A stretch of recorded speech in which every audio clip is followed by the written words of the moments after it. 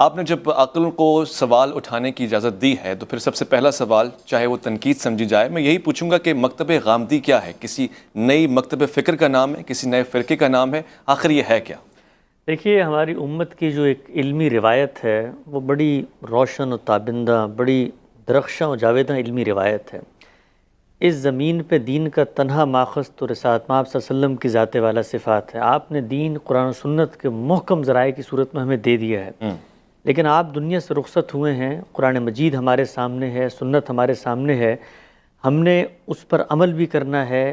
हमारे अहद के अंदर कोई सवाल पैदा होते हैं, उससे उसकी रेलेवेंस को भी तलाश करना है। कुरान ने अगर कोई हुक्म बरबिनाए इल्लत दिया है तो मुमासिल सूरत हाल पर उसका इतलाक़ भी करना है। रिसालत मआब सल्लल्लाहु अलैहि वसल्लम की निस्बत से हमें हज़ारों की तादाद में ऐसी रिवायात मिली हैं जिनको इस्तिलाह में अखबार अहाद कहा जाता है। कुरान और सुन्नत की रोशनी में उनका ताल्लुक भी वाज़े करना है। ये तमाम फ़ितरी ज़रूरियात हैं जिससे एक इल्म की रिवायत वजूद में आई है, और ये रिवायत ऐसी रिवायत है कि जो हमारा सरमाया इफ्तिखार है।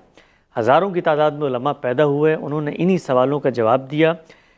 यही वो रिवायत है कि जिसके अंदर खड़े होकर हम भी दीन पर गौर व फिक्र का एक काम करते हैं।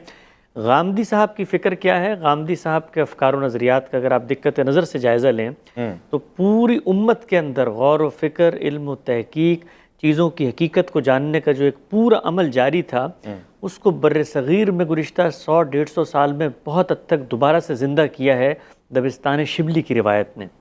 अल्लामा शिबली से इसका आगाज़ होता है। उन्होंने तारीख़ के ऊपर असरनो गौर करके मुसलमानों को दावत दी कि कायम शुदा तसव्वुरात को रीलर्न, रिव्यू, रीथिंक और रिकन्स्ट्रक्ट करने का जज्बा अपने अंदर पैदा करें। कोई भी इल्मी रिवायत दुनिया में आगे नहीं बढ़ सकती जब तक उसके अंदर ये क्रिटिकल एनालिसिस की बुनियाद ना हो। अल्लामा शिबली के इसी काम को आगे बढ़ाया है अल्लामा इकबाल ने। उन्होंने रिकन्स्ट्रक्शन ऑफ रिलीजियस थाट का पूरा एक तसव्वुर पेश किया। ये रिलीजियस थाट की रिकन्स्ट्रक्शन है, रिलीजन की नहीं है। अच्छा, रिलीजन हर जगह पर मौजूद है और हम पूरे फ़ख्र के साथ और पूरे इस्तदलाल के साथ उसको अपनाएंगे, उसको पेश भी करेंगे। वो रिलीजियस थाट जो उसकी तफ़हीम से, अंडरस्टैंडिंग से डेवलप होता है। सैयद सुलेमान नदवी हैं, उन्होंने शिबली के इस काम को आगे बढ़ाया है और उन्होंने बताया है कि हमारे यहाँ जो इस्तिलाहात वजूद में आती हैं उनकी तनकीद की जाए, सुन्नत और हदीस में क्या फ़र्क है। यही काम है जो आगे बढ़ के मौलाना अबुल कलाम आज़ाद ने किया है, मौलाना सैयद अबुल आला साहब मौदूदी ने किया है। उनकी किताब तजदीद यहूदीन को आप पढ़ें।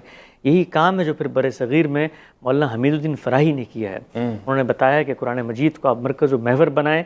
जो कुछ मज़हब के नाम पर फ़िक़्ह में, कलाम में, तसव्वुफ़ में, तारीख़ में आपको बताया जाता है, इसकी कसौटी पे एक दफ़ा फिर आगे बढ़ के उसको परखने की कोशिश करें।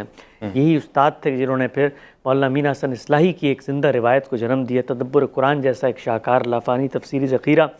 और उन्हीं की रोशनी में फिर गामदी साहब ने कमोबेश 25 साल उन्हीं के फैज़ान इल्म से अपने आप को सैराब किया और उनकी फ़िक्र को आगे बढ़ाया। यही काम हिंदुस्तान में बड़ी हद तक मौलाना वहीदुद्दीन खान साहब ने किया, जो मौलाना अमीन हसन इस्लाही के शागिर्द हैं।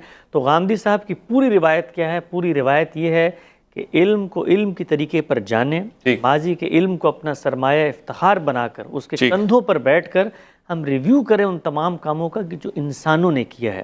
तो रिव्यू, रीलर्न, रीथिंक और रिकन्स्ट्रक्शन का काम है मजहबी फ़िक्र में जो गामदी साहब करते हैं।